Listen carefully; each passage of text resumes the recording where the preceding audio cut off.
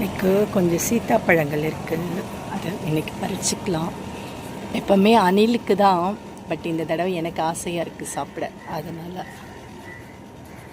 மரத்திலேயே பழுத்த complete organic சீத்தாப்பழம்.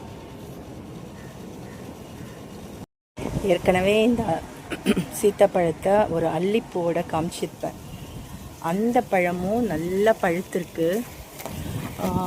சீத்தாப்பழம் பழுத்திருக்குன்னா இந்த இது இருக்கு இல்லையா, ஒவ்வொரு இதுக்கும் நடுவில் இந்த மாதிரி நல்லா விரிஞ்சு கொடுக்கும்.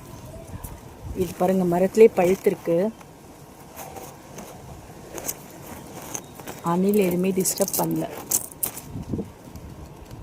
தொட்ட உடனே வந்துருச்சு பாருங்களேன்.